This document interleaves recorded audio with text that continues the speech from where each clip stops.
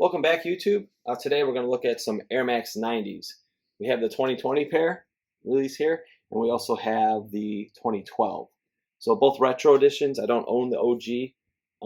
I'm really happy to own both of these releases though, and they're both, unique and special in their own way. The 2020 release is really well done, so I couldn't really be happier with them. So let's start with just kind of the overall shape and look at the shoes. So you see the 2020, they really got the aerodynamic toe box in there. It's the first thing I noticed. Bright white, the infrared looks really good. You get the real white netting. And you look at, say, the 2012, it's a little more vintage look. That was the whole point of this, was to have more of a vintage look to it. They look great too. Even the infrared itself, it's a little duller. It's not as vibrant. Kind of makes sense to make it look, a little more vintage. So you got the yellowing on the midsole. The netting and the laces are even not as white. You can see the infrared difference here too. It's pretty neat. On the insoles, the OG, it had the white. On the 2012, on the 2020. On the 2012, they did the black stamp. But you see here, they also did Air Max in infrared, when actually the OG release had it in black. And the OG release also had white insole stamp. When looking at these also, a thing I noticed, these are size 11.5. And this is a size 12. I noticed a big difference would be the actual width of the shoe. It's a little wider. The 2020 release is a little wider, a little more narrow on the 2012. You can see too the gray here. It's a lot lighter gray compared to the 2012. This is definitely more like the OG. It's a little lighter color.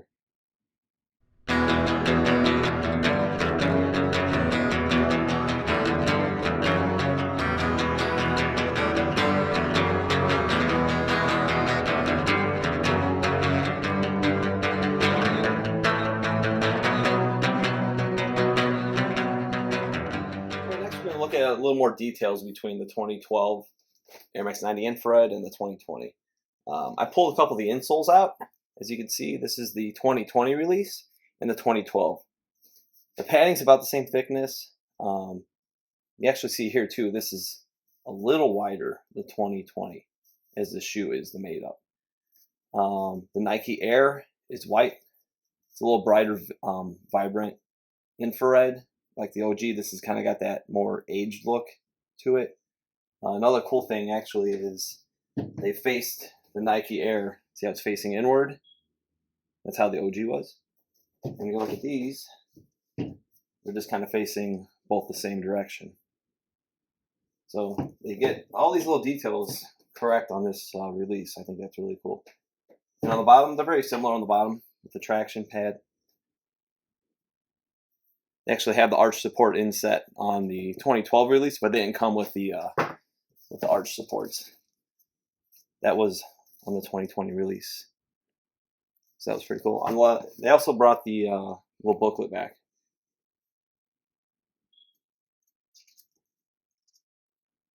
Mostly eggplant. We got the infrareds on the side there. So a nice little token come with the OG flavor.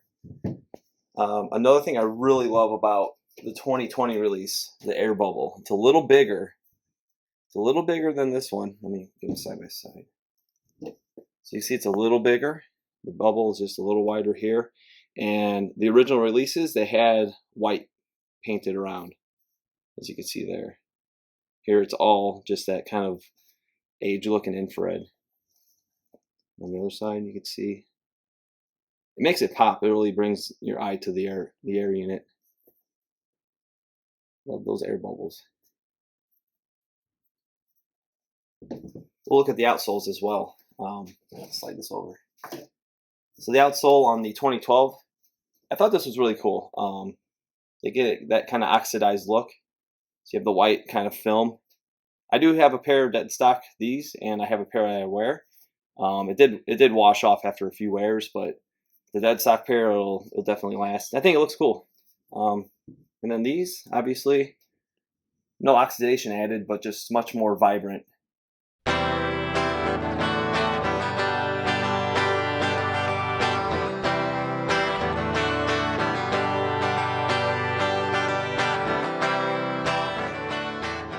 We're going to look next at more details. We all love details. I do, obviously.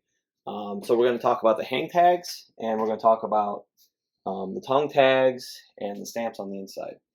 So for starters, as you can see, the different hang tags here, you have more of the vintage, early or mid to late 80s basic plastic that you see on like the Air Force 2. And then the bubble hang tag here, seen on the Air Max 90, seen on some Jordans. It's a little nicer. Cost, definitely was more, but it was an upgrade definitely. So it's kind of cool seeing both versions on two different releases that they brought back. We did go over the tag here. The tongue I think is just a little better. It's a little wider, maybe just the shape of the shoe. I don't have the OG again, but it's a little wider here, and I think it looks really good. It kind of has a little more space compared to this one. And again, this Air Max in black is more like the OG. This one is all in infrared. It just looks a little smaller. So as you see on many of our retro Jordans and Nikes, you have a tag like this on the inside, right? So that's pretty standard. 2012 release. 2020 release really had me excited because you had a lot of the other Air Max 90 colorways come back, but it was tagging like this that you typically see. But on this pair, the lasers, I didn't grab the eggplants yet, but I'm pretty sure with those as well, it's got this, just like 1990. Men's size 12, and it's also stamped on the side, which is really cool. Let me get in there. It's a really cool little detail, if anybody noticed. And then they put that regular Nike tagging kind of down. It's actually stitched to the insole, so pretty cool details. We'll show the rear of the heel here as well. You just kind of tell that this is much more narrow than this is.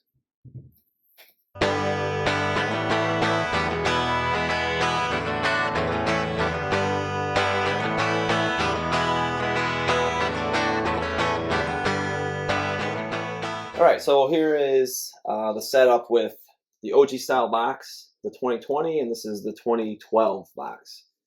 As you can see, they brought the OG skinny box. This is actually, it's a little more longer, a little wider than the teal pair I picked up. So there's a little more space in the box, but it's still a cool thing. And this was your standard Nike box with all the different labels on top. All the logos for the 180. It's like Hirachi, all sorts of different stuff. So Air Max. Definitely like the OG style box. And yeah, the 2020 pair, I definitely want to be grabbing another pair of these. Let's take one last look at these. Just so nice, so well done by Nike. One of the best retros that they've ever done, period. I mean, might get the laser blues for Christmas too. I'm looking forward to those. Just the slope, that everything, just so well done. Every single detail is just executed perfectly. The leather, it's a little, it's pretty basic. It's nothing extravagant. On the 2012 pair, I do like the mud guard here. As you can see, it's got a little more sheen to it. It's a little more plush. This is really nice leather. It would have been really cool to see this leather on this pair, but they're still really nice. Like I said, I do love both pairs for certain reasons, but overall, these take the cake with the shape, all the details. If anybody has an OG pair, hit me up. This is my #1 favorite of all time. I'd love to add it to the collection. But for now, the 2020 release will do. Maybe double and triple up. The missus will allow it. And thanks for tuning in, guys. Remember, subscribe, and we'll see you next time.